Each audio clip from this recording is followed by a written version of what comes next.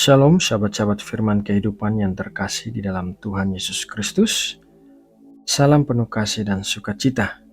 Hari ini kita bertemu lagi dalam persekutuan kita melalui firman Tuhan di channel ini. Semoga hari ini saudara mengalami hari yang luar biasa bersama Tuhan. Sahabatku, mari kita berdoa sebelum merenungkan firman Tuhan. Bapa kami yang di dalam surga, Allah yang penuh kasih dan belas kasihan, kami mengucap syukur buat berkat perlindungan dan penyertaan-Mu di sepanjang hidup kami. Dan di hari ini sebelum kami menerima berkat firman-Mu, kembali kami datang kepadamu untuk bersateduh dan menikmati persekutuan dengan-Mu. Berbicaralah ya Bapa, dan singkapkanlah apa yang terselubung dari mata kami, dan buatlah kami mengerti saat kami mendengarkan pengajaran-Mu dengan sungguh-sungguh. Berkati hamba-Mu yang menyampaikan firman-Mu, berkati kami semua yang mendengarkan firman-Mu. Biarlah Roh Kudus-Mu bekerja di tengah-tengah kami, membuka telinga mata rohani kami, agar kami boleh mengerti setiap firman-Mu yang disampaikan. Terima kasih ya Bapa, terpujilah nama-Mu yang kudus. Dalam nama Tuhan Yesus Kristus, kami berdoa dan mengucap syukur. Amin.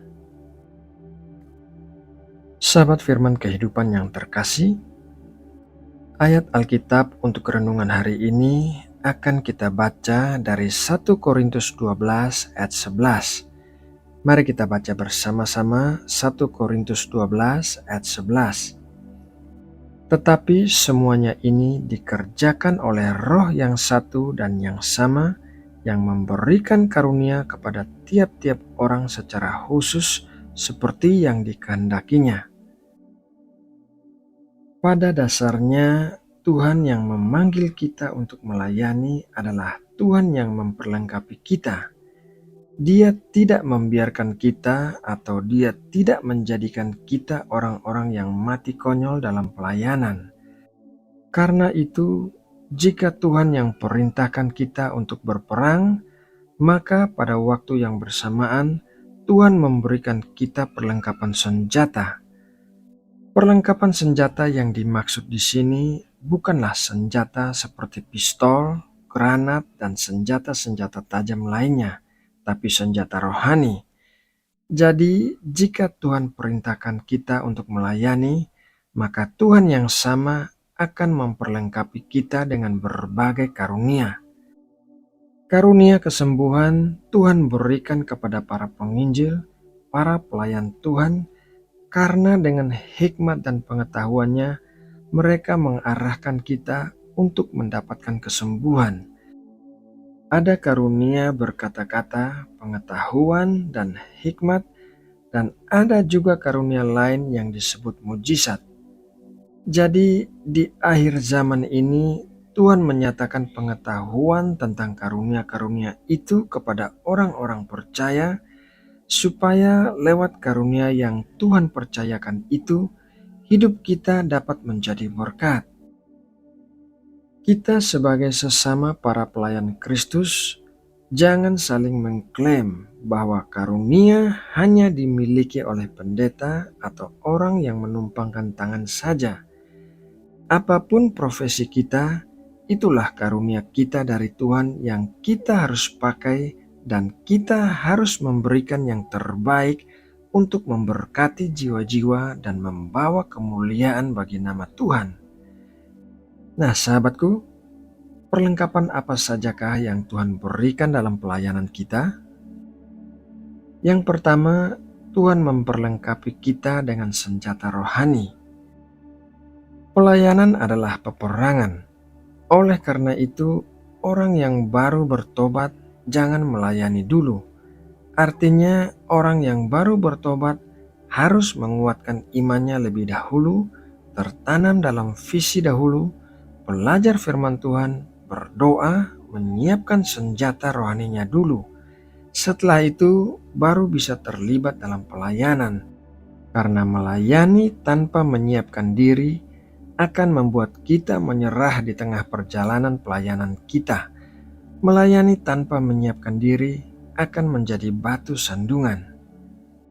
Poin yang kedua, Tuhan memperlengkapi kita dengan pasukan malaikatnya. Tuhan memerintahkan pasukan malaikatnya untuk menjaga kita, karena kita adalah anak-anak Allah dan Tuhan Yesus berkata, "Aku akan menyertai engkau senantiasa." Poin yang ketiga, Tuhan memperlengkapi kita dengan Roh Kudus-Nya. Orang-orang percaya harus selalu mengandalkan Roh Kudus, dipimpin oleh Roh Kudus, sehingga kita diberikan hikmat, diberikan wahyu, dan diberikan pengertian-pengertian oleh Roh Kudus. Poin yang keempat, Tuhan memperlengkapi kita dengan karunia-karunia-Nya.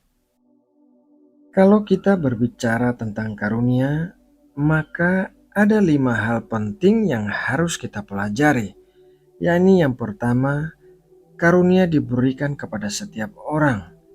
Setiap orang yang sudah bertobat, percaya, dan mengasihi Kristus diberikan karunia. Yang kedua, karunia setiap orang berbeda-beda.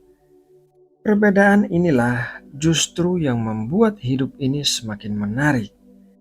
Yang ketiga, karunia harus kita pergunakan, dan karunia yang dipergunakan akan bertambah-tambah.